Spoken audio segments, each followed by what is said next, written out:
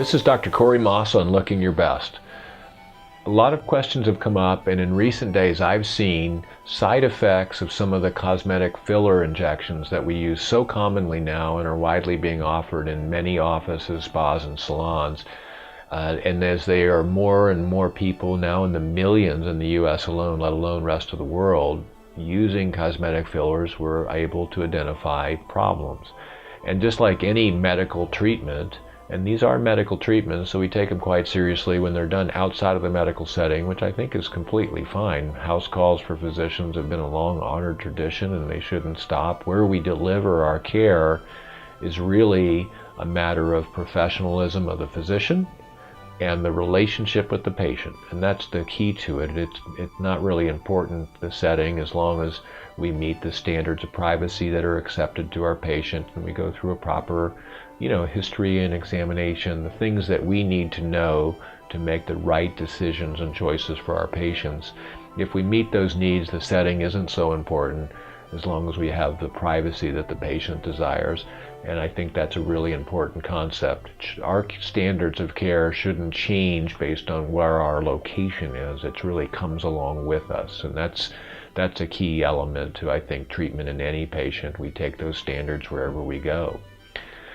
The cosmetic fillers being used so widely and so commonly now have shown a whole series of side effects or complications that occur, as I said, in any medical treatment, and they go from the very severe to the minimal or sort of nuisance type of side effects.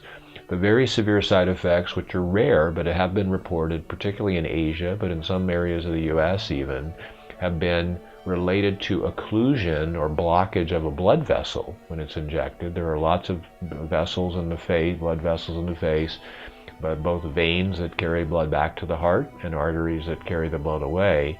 And the ones that are most concerning are obviously the arteries, because if you were unlucky enough, or the injector and the patient both unlucky enough, to have an injection needle go directly into an artery and remain there while the injection is performed, a small bolus or plug or embolism is what it's called in our terms, could travel along the course of the artery and end up plugging up that artery in an important area like the skin, or even in some of these reports, the eye or the brain. There's at least one case of a brain infarct when done in the central area of the face. The most common area, it appears, where we see these side effects is in the upper forehead area, the upper part of the face, and to some extent in the temples. These effects can happen theoretically in any area of the body where fillers are used, and there's an artery or blood vessel that could be penetrated. And remembering that the needle would literally have to be in the vessel and stay in the vessel for it to deliver a bolus is an important concept, because we're in and around those vessels. That's how you get a bruise all the time. And so that's about the care, precision, and observation skills of the physician doing it. We've talked about this in many conferences and techniques, but those severe complications can be really, they can't be completely eliminated, but they can be obviated or reduced by careful observation and watching the patient. And there are a whole series of treatments that have been published if one were to get an occlusion event doing injections, including dilating the vessels, using aspirin or other things that help to promote circulation, and even using just simply warm compresses. Most importantly, when using the HA fillers, the hyaluronan fillers, which are basically the sugar-based Restylane, Juvederm, and Belotero products, so the three families in the US of those products, there's an enzyme called hyaluronidase, which occurs naturally in humans, in fact in all animals, but is also commercially available in three forms: Vitrace, which is an ovine product, the other one is amphidase, which is bovine, which means from cows, and then there's Hylenex, which is a recombinant product from human hyaluronidase. It occurs in all species, so these enzymes exist in nature and they've been commercialized. They break down these long chains of sugars and basically, people say dissolve them. It's really not quite dissolving them, but breaking these long cross-linked chains up so that they're really tiny molecules and can no longer be obstructive. and those are injected in large amounts in cases where occlusion has been reported with some success, and there are some studies that have shown that they actually penetrate the walls of vessels to break up that little plug.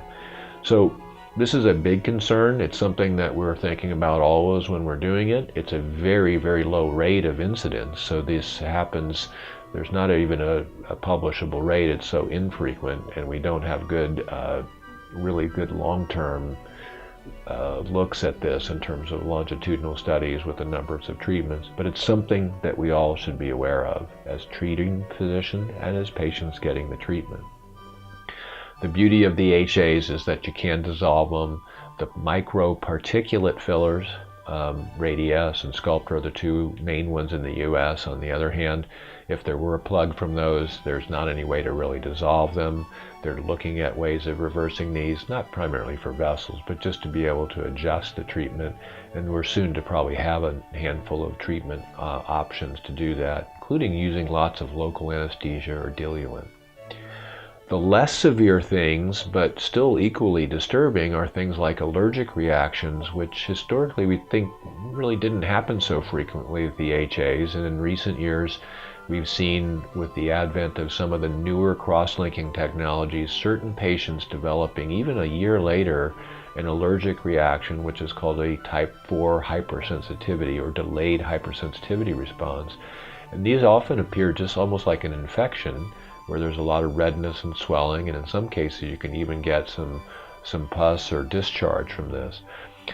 Again, this is the body reacting when it's a type 4 to hypersensitivity response to the product or some portion of the molecule, and treating it as though it's some type of foreign body.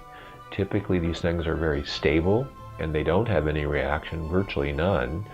But in those cases where there's delayed hypersensitivity response, the treatment of choice is to use corticosteroids in most patients to dissolve the remaining product, because there's a chance for an ongoing allergic response. And in most cases we will cover people with antibiotics so that we're making sure we're not missing anything, because infection for any implant, whether it's an injectable implant or one of the solid implants or breast implant, even an orthopedic implant, infection is one of the big things we're concerned about with any type of foreign body when it's used in humans.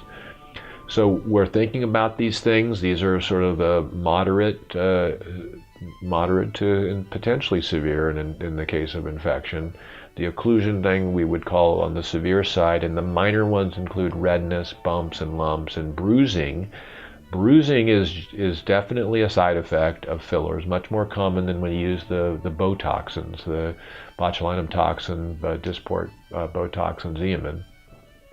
Those, and there's soon to be more of them, but that's rare with those products. But with fillers, it's not so rare. I'd say about 1 in 5 patients will have small bruising that's almost indistinguishable from a little freckle. Bigger bruising, at least in our practice, is probably limited to less than 5% of patients, where you get like a shine or black eye or a big area bruising. But that's also dependent on taking medications like aspirin or the non-steroidals or some kind of anticoagulant like warfarin or Coumadin. Those increase the risk of not just the frequency, but more importantly, the severity of bruising. What would be just a tiny little dot bruise can grow bigger if you're taking aspirin on a regular basis. So we advise all patients for this bruising side effect, which we consider a minor side effect in general, to stop taking non-steroidal anti-inflammatories, the aspirin-like products, the NSAIDs as they're called, non-steroidal anti-inflammatories, and that includes ibuprofen and Aleve, naproxen, all of the anti-inflammatories, with aspirin being at the center. They should stop those at least a week before treatment. So 3 categories of side effects: the minor ones, which are sort of bruising and a little redness and things like that, which go away but can be quite disturbing if you get them. The sort of intermediate or moderate side effects that can move into the severe range if not properly treated, which include allergic type reactions, type 4 hypersensitivity responses, or infection. And then the more severe ones, which include occlusion of the vascular supply, the blood vessels, particularly the arteries. When that happens, And there are some discussions about it being compressive. I really think that's probably not in most cases what's happening. It's almost certainly the really unlucky event that a needle is able to penetrate and remain within the walls of a small artery, which is carrying blood under pressure away from the heart, and a bolus or a small amount stays in the lumen inside the actual vessel walls and gets plugged up somewhere downstream, causing some occlusion or embarrassment of the blood supply to whatever its distal purpose is, whether it's a blood vessel to the skin or to the central circulation of the face or the eye or the brain. And again, these things are all quite rare, but they're of concern to us, enough to have us look at and have methods and of analysis and methods of treatment should those side effects occur. So it's an interesting area. It's one that we should all be aware of. We do a lot of teaching about prevention and management of these things when we're doing them. It's why you want a professional doing fillers. It's not something that we recommend for untrained and unskilled people. It really requires someone with expertise to get good results and to minimize side effects. If you have any questions about the use of fillers or complications, or you've had one yourself, please don't hesitate to write me. I think the main thing when we talk about these types of treatments is what is the cosmetic outcome. That's the biggest area of side effects, is getting a desired effect. And so if you have questions about that, you can bring those forward too. Just write us, send a picture or a video to drmaas.com. And as always, we're willing to engage you and talk about what your best options might be. This is Dr. Corey Maas on Looking Your Best.